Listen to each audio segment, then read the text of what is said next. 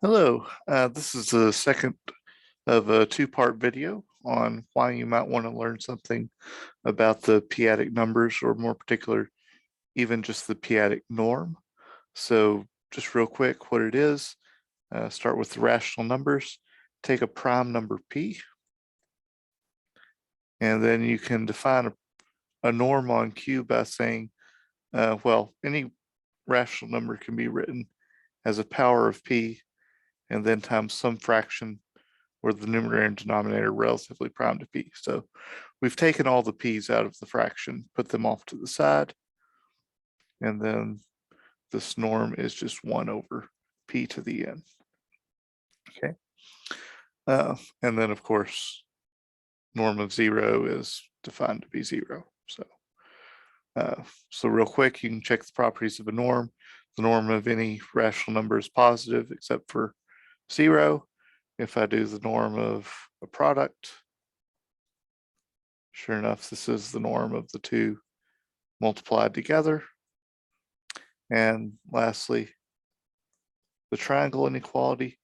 Actually, it's very important that this is better than the triangle inequality. Normally, we would have the sum of the two norms, but in this case, we actually have the max of the two norms. So you can check these on your own. It's not too hard, but let's just go ahead and go on. Well, why do we care about this other norm on the rational numbers? Well, at least one reason is that if you are working on the natural numbers with the usual norm, there's no way you can do calculus.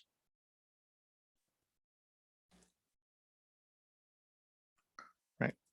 Because kind of the minimal requirement you need to do calculus is you need to have arbitrarily small elements. Once you have that, you can hope to take limits and so forth. But with the natural numbers, any two natural numbers are at least one apart. So any convergent sequence is eventually going to be constant. There's not really much you can do by way of calculus. But if we look at this p-adic norm here, in particular, if we take the sequence p, p squared, p cubed, so forth, if I look at the norm of it, norm of p is 1 over p, p squared is 1 over p squared, then 1 over p cubed. This sequence converges to 0 in this p-adic norm. And so since we have convergent sequences, potentially we can actually do calculus even if we're just working with the natural numbers. And to give you an example of that, that's really what the rest of this video is going to be. We're going to compute the fractional part of the Bernoulli numbers by using this idea. This is a result. It was due to von Strout and Clausen, I think, if I remember. Anyway, so we're going to get the fractional part of Bn. Well, probably the easy way to say it is that if I take the Bernoulli number and then plus the sum over q minus 1 divides n, and q is prime, 1 over q.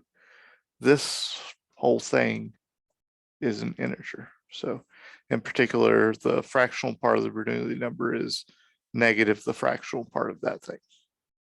Okay. All right, so how are we going to do that? Well, in the last video, I proved classical results about the sum of the powers of the kth powers of the integers, n minus 1 to the k. This is some polynomial of n. And if you want to see the full expression for this guy, just click on the last video. But the important part is that this starts out the kth Bernoulli number times n, and then we have order things with higher powers of n in it. So in particular, I should have that the kth Bernoulli number is the limit as n goes to 0 of skn over n. Of course, the problem with this, I only know anything about this polynomial if n is a natural number. And if I work in the usual norm, I can't take a limit as natural numbers go to 0 in the usual norm. But if instead I work in this p-adic norm, then I saw that one sequence p squared, p cubed converges to 0. So I can say bk is the limit as n goes to infinity, sk p to the n plus 1 over p to the n plus 1. And this limit is in the p-adic norm. Okay. So if I want to find information about my Bernoulli number, I can just try to figure out, hey, what is sk p to the n plus 1 and see what happens. All right. Well, let's work on that. So sk p to the n plus 1. Again, that's the sum from j equals 0 to p to the n plus 1 minus 1 of j to the k. I want to do this inductively. So what I'm going to do is I'm going to rewrite j using the division algorithm. So I can write this as u times p to the n plus v. Here, to get all these j's, u is going to range from 0 up to p minus 1. And v is going to range from 0 up to p to the n minus 1. And every j from 0 to p to the n plus 1 minus 1 can be written uniquely like this. And so this sum is going to be the same as if I sum over u. So from 0 to p minus 1, sum over v, 0 to p to the n minus 1. Let me actually write this backwards. Let me write v plus u p to the n to the k. All right. I'm going to expand this out with the binomial theorem. So I've got u0 p minus 1. Actually, I only need the first couple of terms of the binomial theorem. So we'll start v to the k. The next term is k, v to the k minus 1, and then u p to the n. And the rest of it is has at least p to the 2n in it. All right. All right. So if I do this sum, all these factor into something, function of u times function of v, so I can kind of sum them individually. This first term doesn't depend on u. So when I sum on u, I'm just going to say, hey, there's p terms. When I sum on v, sum vk from 0 to p to the n minus 1, that's just sk of p to the n. Right. By the way, let me not lose track of this. This is sk p to the n plus 1. Okay. This next one, the k doesn't depend on u and p to the n doesn't depend on u. So I'll have those two guys. When I sum on v, I get sk minus 1 p to the n. When I sum on u, I get, not u, I summed on u. So u goes 0 to p minus 1, so I get p minus 1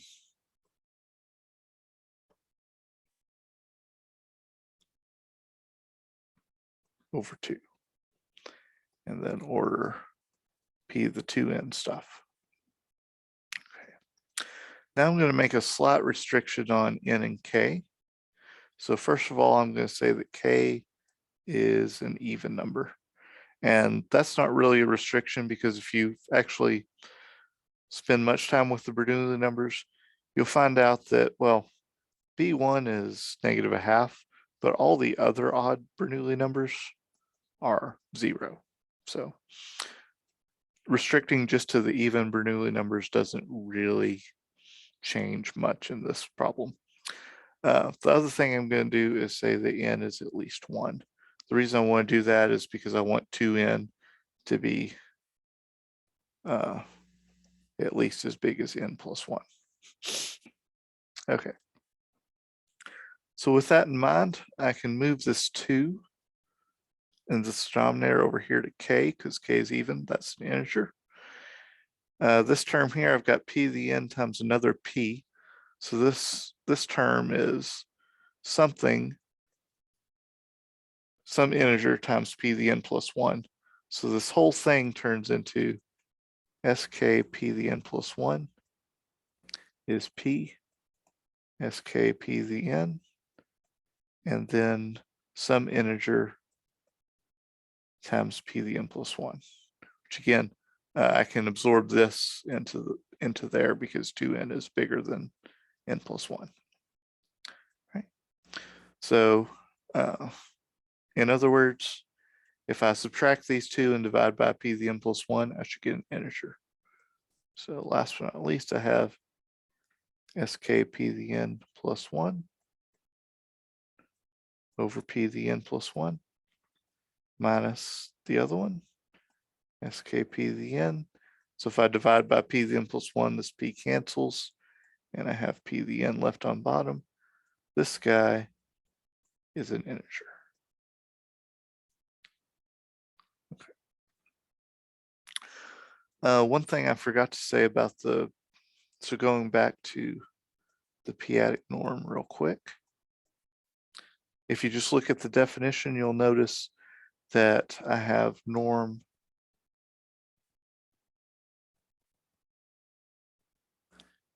this guy is always less than 1 if n is an integer. And that's just because, I mean, if n is an integer, there is no denominator. So if I pull out any p's are going to have to be in the numerator. And of course, this is 1 over p to some power. And so I get something less than 1.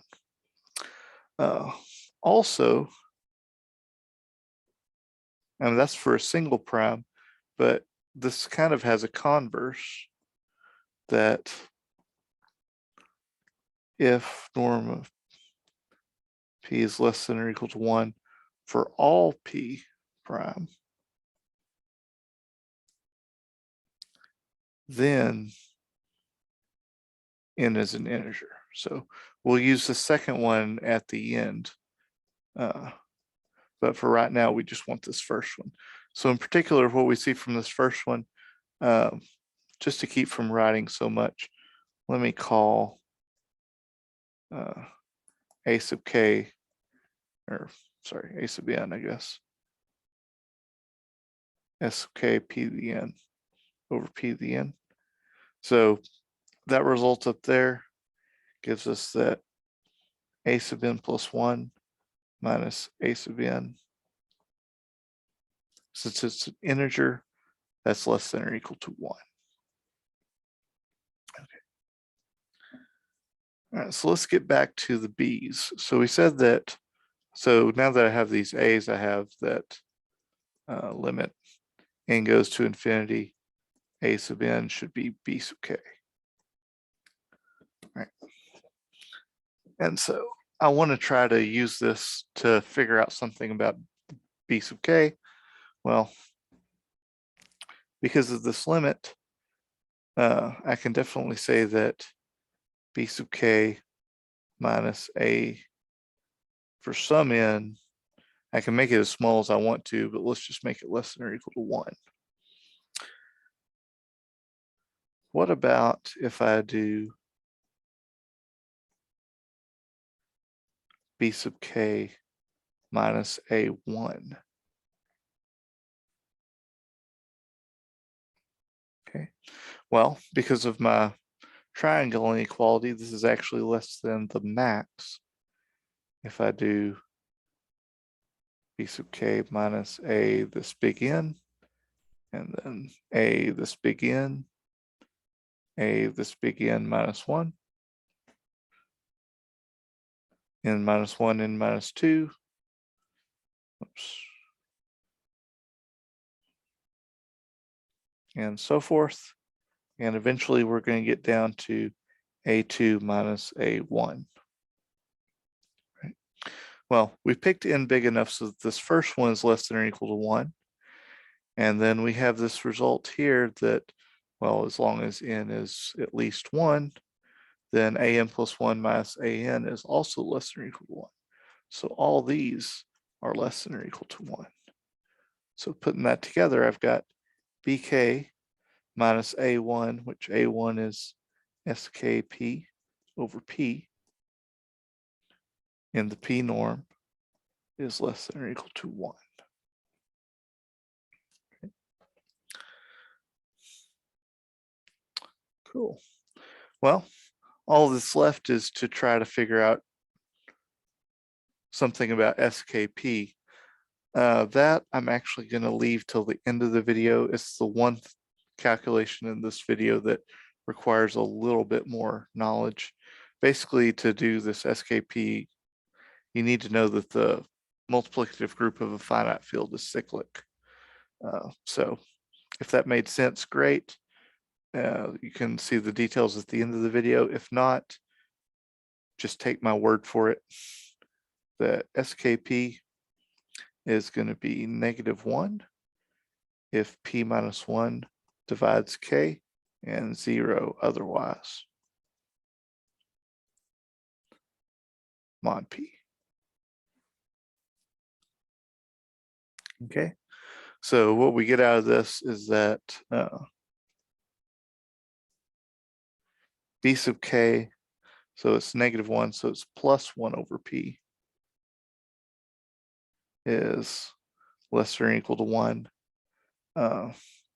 for these p minus 1 divides k, and b sub k itself is less than or equal to 1 otherwise.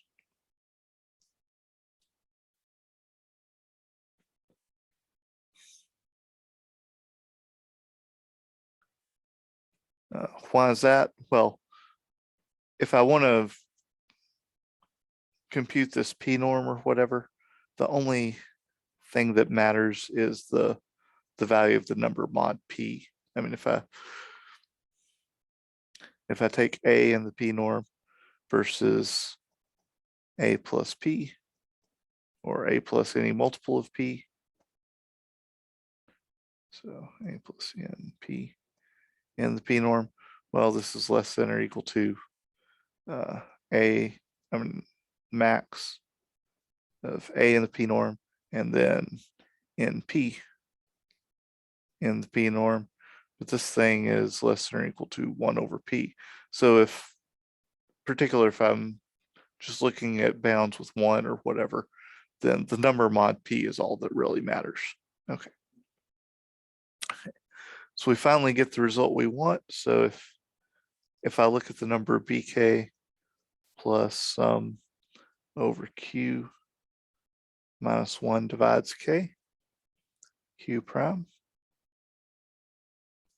1 over q.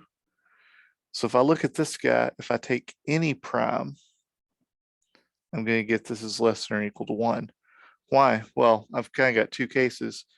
If p minus 1 does not divide k, that means p is not in this sum. Then I can say, well, this is less than or equal to max bk, and then each individual guy, so a bunch of 1 over q's.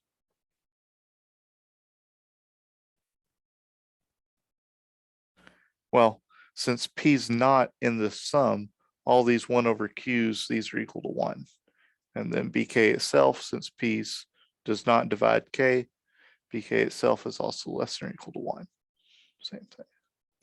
And then same thing if p is in the sum, because then we just say it's less than or equal to max.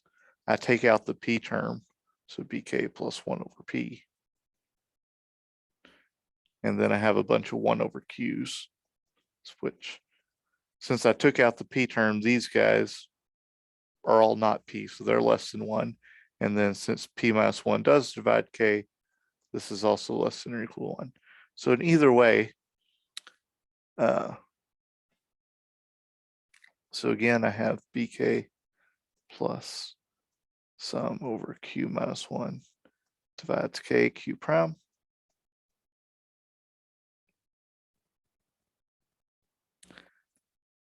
This is less than or equal to 1 for all primes p,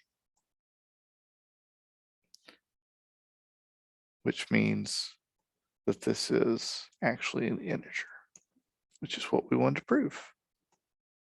Yay. Well, we're nearly done. The one thing we skipped, of course, was that computation for SP, or sorry, SK of P. So let me do this just really quickly. So this is 0 to the K plus 1 to the K plus P minus 1 to the K. Okay, let's get rid of the 0 to the K term. All right, so the first thing you need to know, we want to evaluate this thing mod P. So the first thing we need to know that's a little bit more elementary is Fermat's little theorem, which says that anything to the P minus 1 is congruent to 1 mod P, as long as A is not 0. Okay, so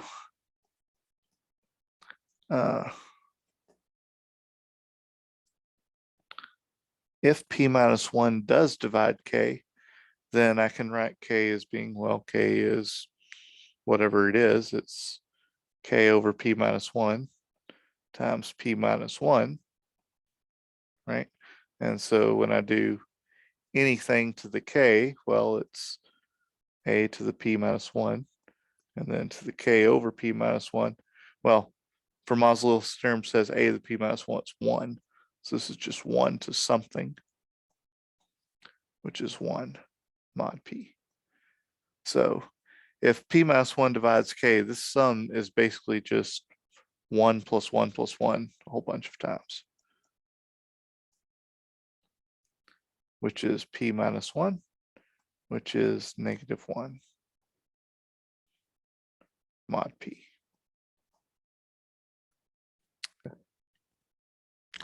All right, so that's the sum in the case that P minus 1 does divide K.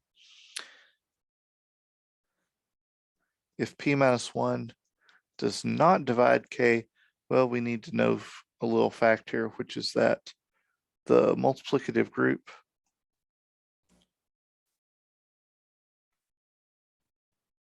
of a finite field is cyclic. And if you know what those words mean, you probably know how to prove it. But basically, that's a fancy way of saying there's some number G in 1 to P minus 1, such that if I write down G squared, G to the P minus 1, or actually, let me make it P minus 2 and start to 0, or not 0, but G to the 0 is 1. So if I write down that, this is the same thing as all the numbers 1, 2, up to P minus 1 mod P. Okay, so these are the units in finite field with P elements. And so if that multiplicative group is cyclic, that means there's some one, they're all just powers of one single element.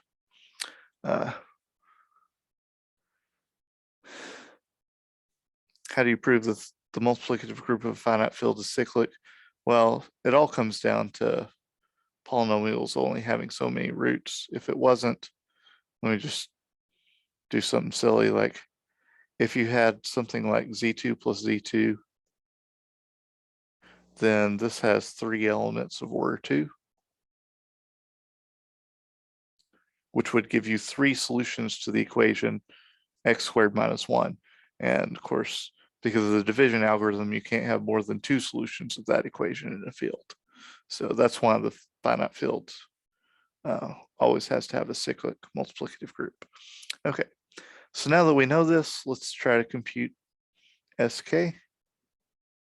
Well, mod p, this is the same as if I sum g to the k, let's see, say j equals 0 to p minus 2, k times j. Let me not write this up. Let me just be silly. Just write 1 to the k, g to the k, g to the 2k, up to g to the p minus 2k. It's probably a little easier to read. And then, of course, just from the sum of a geometric series, this is g to the p minus 1, k, minus 1, over g to the k minus 1, provided g to the k is not equal to 1 mod p, right? But it's not, because we said at the beginning, p minus 1 does not divide k. And so if I do g to the p minus 1, that is equal to 1. And if I do any multiple of p minus 1, it's going to be equal to 1. But because g is a generator for the cyclic group of order p minus 1, the only exponents of g that are going to be equal to 1 are multiples of p minus 1. So this is okay. And then if I look at this numerator, well, g to the p minus 1 is 1. So this is 1 to the k minus 1 over whatever the bottom is, which is 0 mod p. So that gives us what we wanted, which was sk of p. This is minus 1 if p minus 1 divides k, and 0 otherwise. Cool. So hopefully that gave you some motivation why you might want to study the p-adic norms. I mean, really all we used was just the concept of what is the p-adic norm. And then that let us do some calculus on the natural numbers, and let us compute the fractional part of the Bernoulli number. So hope you enjoyed it.